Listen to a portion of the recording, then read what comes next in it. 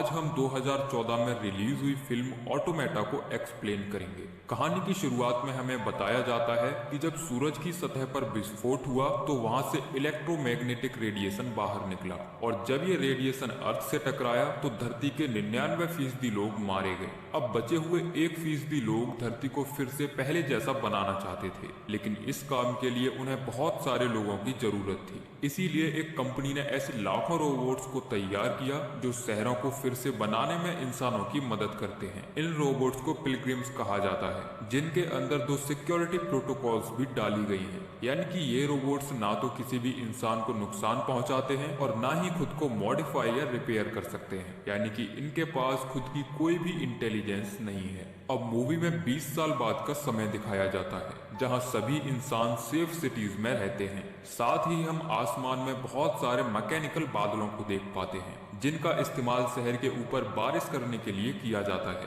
तभी एक police officer investigation करने के लिए एक बिल्डिंग के अंदर जाता है। यहाँ उसे एक रोबोट मिलता है जो खुद को रिपेयर कर रहा था, जबकि उनके अंदर खुद से रिपेयर करने की इंटेलिजेंस नहीं है। जब पुलिस ऑफिसर उसे ऐसा करते देखता है तो उसे गोली मारकर डिस्ट्रॉय कर देता है। वहीं हम जैक नाम के एक इंश्योरेंस इन्वेस्टिगेटर को देखते हैं, जो रोबोट्स बनाने वाली कंपनी के लिए काम करता है। वह एक फैमिली के कंप्लेंट करने पर उनके घर जाता है, जो दावा करते हैं कि इस रोबोट ने उनके डॉग की जान ली है। जिसके बाद जैक एक चाकू उठाकर अपने हाथ पर गिराता है, लेकिन गिरने से पहले ही वह रोबोट उसे पकड़ लेता है। जैक कहता है कि तुम्हारा रोबोट बिल्कुल परफेक्ट कंडीशन में है, ये किसी को भी नुकसान नहीं पहुंचाएगा, इसीलिए तुम इंश्योरेंस क्लेम नहीं कर सकते। अब वह ट्रेन से अपने घर जाता है, जहां उसकी प्रेग्नेंट पत्नी रैचल उसका इंतजार कर रही थी। जिसके बाद वो दोनों साथ में टीवी देखते हैं और जैक वहीं सोफे पर सो जाता है। अब अगली सुबह उसे कंपनी का मैसेज मिलता है,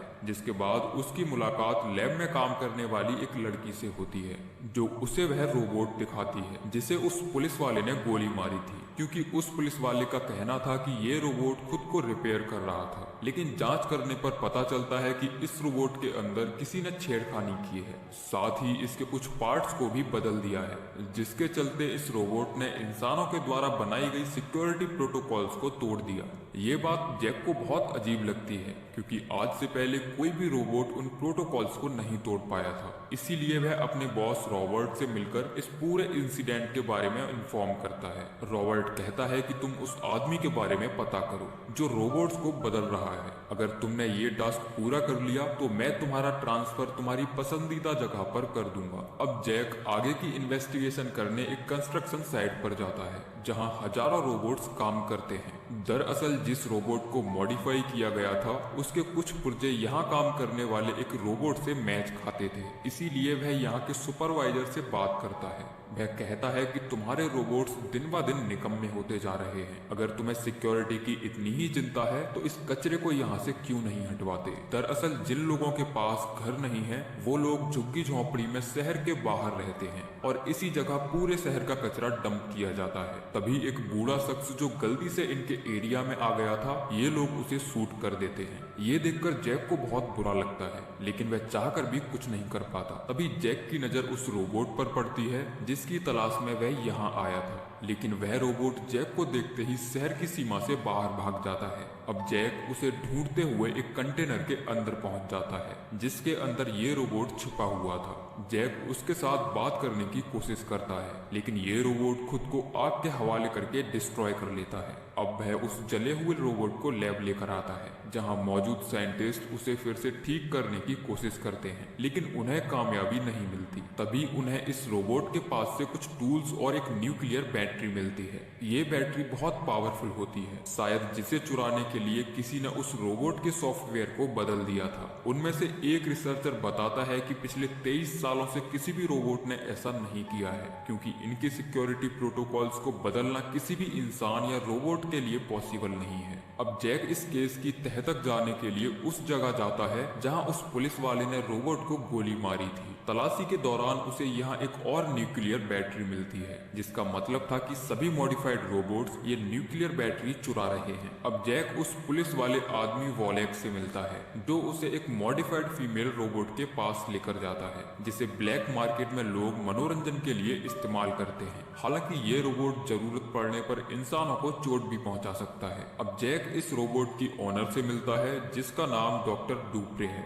जैक उसे बताता है कि हमारे रोबोट के साथ कोई छेड़खानी कर रहा है, अगर हमने उसे नहीं रोका तो हमारी पूरी कंपनी डूब जाएगी, इसीलिए मुझे उस आदमी को पकड़ने में तुम्हारी मदद चाहिए। इसके बदले ये न्यूक्लियर बैटरी तुम्हारी हो जाएगी। जैक डॉक्टर डुप्रे को उस रोबोट का बायो कर्नल दिखाता है जिसमें उस पुलिस वाले ने गोली मारी थी, जिसके बाद वह उसे अपना इनविटेशन कार्ड देकर वहां से चला जाता है और अपनी पत्नी से कहता है कि इन्वेस्टिगेशन पूरी होते ही हम जल्दी ही यहाँ से चले जाएंगे और अपने बच्चे के साथ एक नए भविष्य की शुरुआत करेंगे। वहीं कंपनी के मालिक को पता चल जाता है कि जैक ने इल्लीगली डॉक्टर डुप्रे के साथ सौदा किया है, इसीलिए वह जैक को तुरंत इन्वेस्टिगेशन रोकने के लिए फैक्स भेजता है। तभी जैक को डॉक्टर डुप्रे का मैसेज मिलता है और वह तुरंत उसके घर जाता है। डॉक्टर बताती है कि तुमने जो डैमेज बायो कर्नल मुझे दिया था उसे मैंने ठीक करके क्लियो के अंदर इंस्टॉल कर दिया है, जिसके इंस्टॉल होते ही वह खुद को रिपेयर करने लगी। ये वाकई किसी चमत्कार से कम नहीं है। इस तरह की चीजें सीखने में इंसानों को सालों लगते हैं। तभी अचानक डोरबेल बजती है और जब डॉक्टर दरवाजा खोलती है तो दो छोटे बच्चे गोली मारकर उसकी हत्या कर देते हैं। ये बच्चे जैक पर भी हमला करते हैं लेकिन वह अपनी जान बचाकर वहां से भाग जाता है और उस कार में बैठ जाता है जिसे क्लियो यानी कि वह रोबोट चला रही थी। तभी कुछ लोग कार से उनका पीछा करते हैं और पीछे से उन पर गोली चलाते हैं, लेकिन क्लियो उनकी कार को पलट देती है और तभी एक भयंकर एक्सीडेंट होता है जिसमें जैक बुरी तरह घायल हो जाता है। अब अगली सुबह जब जैक को होश आता है तो उसे काफी चोट आती है और वह फिर से बेहोश हो जाता है। वहीं क्लियो भी खुद को रिपेयर करती है और थोड़ी ही देर बाद वहां 3 और रोबोट्स आ जाते हैं जो जैक को कार की सीट पर लिटाकर वहां से ले जाने लगते हैं, क्योंकि इंसानों को बचाना इन रोबोट्स की पहली प्रायोरिटी थी। अब जब जैक जागता है तो उसे बहुत हैरानी होती है। वह उन रोबोट से वापस शहर चलने के लिए कहता है। क्लियो बताती है कि शहर जाना हमारे लिए सुरक्षित नहीं है, इसीलिए हम तुम्हें एक सेफ जगह लेकर जा रहे हैं।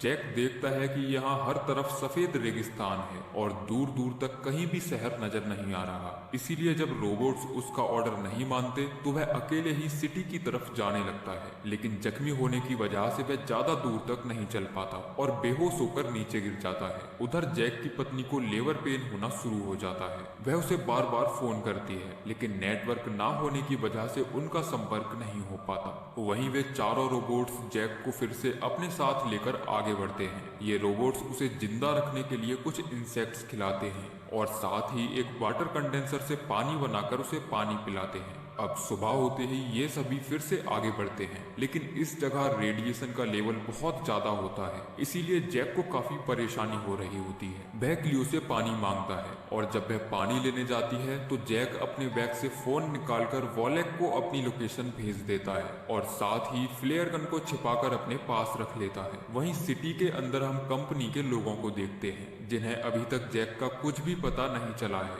इसीलिए उन्हें लगता है कि जैक भी उन रोबोट्स के साथ मिला हुआ है। उधर वॉलेक को जैसे ही जैक का मैसेज मिलता है तो वह उसे ढूंढने के लिए निकल जाता है। अब वह उस जगह पहुंचता है जहां उनकी कार का एक्सीडेंट हुआ था। जैक का साथी बताता है कि जैक यहां से रेडियो एक्टिव एरिया की तरफ गया है। उधर वो चारों रोबोट्स जैक को लेकर लगातार आगे बढ़ रहे होते हैं। तभी जैक एक जगह टॉयलेट करने के लिए रुकता है और मौका पाते ही फ्लेयर गन से फायर करता है, जिसे वॉलेक देख लेता है और वह जल्दी ही कार लेकर उन तक पहुंच जाता है। जैक को लगता है कि वॉलेक यहाँ उसकी मदद करने आया है, लेकिन वह आते ही उस पर हमला कर देता है और उस न्यूक्लियर बैटरी को रोबोट से छीन लेता है, क्योंकि ब्लैक मार्केट में इसकी कीमत बहुत ज्यादा है। जैक उसे समझाने की कोशिश करता है कि मैं इन रोबोट के साथ मिला हुआ नहीं हूँ। तभी वह उनमें से 2 रोबोट्स को गोली मारकर डिस्ट्रॉय कर देता है। वह क्लियो को भी मारने ही वाला होता है कि तभी जैक उस पर फ्लेयर गन छोड़ देता है, जिसमें वॉलेक की मौके पर ही मौत हो जाती है। लेकिन उसका साथी वह न्यूक्लियर बैटरी लेकर यहाँ से भाग जाता है। अब जैक हताश होकर वहीं बैठ जाता है। उसे अपनी पत्नी की चिंता होने लगती है, लेकिन वह शहर से बहुत दूर आ चुका था। साथ ही वह कई दिनों का भूखा प्यासा भी था। तभी उसे वॉलेक की पॉकेट से चॉकलेट और कुछ जरूरी सामान मिलता है, जिसे लेकर देखकर वह फिर से उन रोबोट्स के साथ हो लेता है। अब ये लोग रात को एक जगह रुकते हैं जहाँ क्लियो उसे बताती है कि हम कल तक अपनी डेस्टिनेशन पर पहुंच जाएंगे। जैक कहता है कि मुझे मेरी पत्नी के पास जाना है, वह प्रेग्नेंट है। क्लियो कहती है कि शायद वहां पहुंचकर तुम्हें घर जाने के लिए कोई साधन मिल जाएगा। उधर वह पुलिस वाला कंपनी के प्रेसिडेंट से मिलता है और बताता है कि मैंने कुछ ऐसे रोबोट्स को देखा मानो कि वे जिंदा हों। जिसके बाद कंपनी का मालिक रॉबर्ट को सच बताता है। वह कहता है कि जब लैब में पहला रोबोट बनाया गया था तो उसके अंदर किसी भी तरह की प्रोटोकॉल नहीं थी, लेकिन धीरे धीरे वो रोबोट खुद की इंटेलिजेंस को डेवलप करने लगा और इतना इंटेलिजेंट हो गया कि उन्हें समझ पाना हमारे लिए बहुत मुश्किल हो रहा था। इसीलिए उन्हें कंट्रोल करने के लिए सिक्योरिटी प्रोटोकॉल्स को बनाया गया और ये प्रोटोकॉल भी उसी रोबोट ने बनाए थे,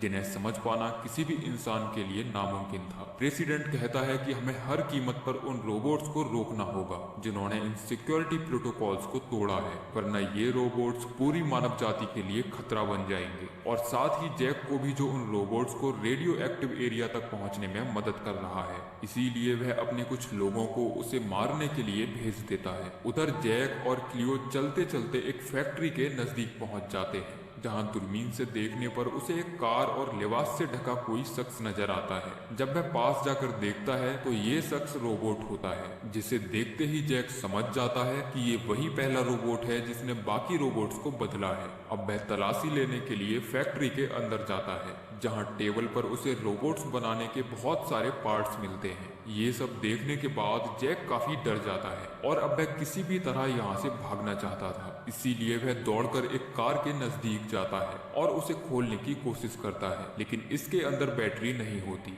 अब जैक बहुत निराश हो चुका था। उसे यकीन हो जाता है कि अब वह यहीं मरने वाला है। तभी वह रोबोट उसके पास आता है और कहता है कि मृत्यु तो इंसान के जीवन चक्र का हिस्सा है। इस ग्रह पर कोई भी हमेशा के लिए नहीं रहता। शायद रेडिएशन की वजह से इंसान हमेशा के लिए धरती से समाप्त हो जाएंगे, लेकिन हम रोबोट्स एक इंसानी दिमाग की उपज हैं। इसीलिए तुम्हारा समय अब हमारे अंदर है और इसी समय के जरिए इंसानों का अस्तित्व रहेगा। इस खाई के उस पार रेडिएशन का लेवल बहुत ज्यादा है, जहाँ कोई भी इंसान हमारा पीछा नहीं कर सकता और ना ही हमें नुकसान पहुंचा सकता है। लेकिन उस तरफ जाने के लिए हमें न्यूक्लियर बैटरी की जरूरत है। जिसके बाद जैक उसे वह न्यूक्लियर बैटरी दे देता है, जिसे उसने अपने पास छिपा कर रखा था। उधर कंपनी के कुछ गार्ड्स जैक को ढूंढते हुए वॉलेक की बॉडी के पास पहुंच जाते हैं। इन्होंने जैक की पत्नी और बेटी को भी किडनैप कर लिया था, जिन्हें ये अपने साथ लाए थे। दरअसल ये लोग जैक और उसके परिवार को मारना चाहते थे। जब रॉबर्ट उनका बचाव करता है तो कॉनवे उस पर गोली चलवा देता है। वहीं जैक ड्रिंक करने के बाद क्लियो के साथ डांस करता है और उसे पता चलता है कि क्लियो इंसानों की तरह ही फील कर सकती है। अब ये तीनों रोबोट्स मिलकर एक नया और एडवांस रोबोट तैयार करते हैं, जो उस न्यूक्लियर बैटरी के लगते ही एक्टिवेट हो जाता है। और अगली सुबह जब जैक की नींद खुलती है तो वह देखता है कि इन रोबोट्स ने कार को भी ठीक कर दिया है, जिसकी मदद से वह अपने घर जा सकता है। ये देखकर उसकी खुशी का ठिकाना नहीं रहता और अब वह क्लियो को गुड बाय कहकर यहाँ से चला जाता है। तभी कुछ दूर चलने के बाद उसे रॉबर्ट मिलता है, जो अभी भी जिंदा था। वह जैक को बताता है कि कंपनी के लोग तुम्हें मारना चाहते हैं, उनके पास तुम्हारा परिवार भी है, जिन्हें वो लोग मार देंगे। उधर वे चारों गार्ड्स जैक को ढूंढते हुए उस फैक्ट्री तक पहुंच जाते हैं। जब वो दोनों देखते हैं कि रोबोट खाई के उस पार रेडिएशन वाले इलाके में जा रहे हैं तो वे उस पर गोली चलाने लगते हैं, जिसके बाद वह रोबोट ऊपर से उस गहरी खाई में कूद जाता है। क्लियो उन्हें बताती है कि जैक यहाँ से चला गया है। तभी कॉनवे उन्हें यहाँ से जाने के लिए कहता है, लेकिन ये रोबोट्स अब इंसानों का कोई भी ऑर्डर नहीं मानते। जिसके बाद कॉनवे गोली मारकर उस रोबोट को डिस्ट्रॉय कर देता है और साथ ही वह क्लियो पर गोली चलाकर उसे भी डैमेज कर देता है। तभी जैक यहाँ आ जाता है और कार को फुल स्पीड में दौड़ाकर 2 गार्ड्स को मार देता है और एक गार्ड को शूट कर देता है, लेकिन कॉनवे उसे गोली मारकर जख्मी कर देता है। वह उसे शूट करने ही वाला होता है कि तभी वह डॉग रोबोट कॉनवे पर हमला कर देता है और नीचे खाई में गिरने से उसकी मौत हो जाती है। जिसके बाद रेचल उसके पास आती है जिसकी गोद में उसकी बेटी थी। जैक भी अपनी बेटी को देखकर काफी इमोशनल हो जाता है। क्लियो भी ये सब देख रही होती है जो अब इंसानों की फीलिंग्स को समझने लगी थी। अब जैक क्लियो और उस डॉग रोबोट को खाई के उस पार भेज देता है जहां वे इंसानों से पूरी तरह सुरक्षित रहेंगे, क्योंकि वहां रेडिएशन का लेवल बहुत ज्यादा है, इसीलिए कोई भी इंसान वहां नहीं जा सकता। अब क्लियो जैक को गुड बाय कहकर रेडिएशन वाले एरिया में चली जाती है और वहीं जैक अपनी फैमिली के साथ बीच पर पहुंच जाता है, जहां हम देख पाते हैं कि धरती अब धीरे धीरे खुद को रिकवर कर रही है और एक नई उम्मीद के साथ ये मूवी एंड होती है। तो दोस्तों ये थी कहानी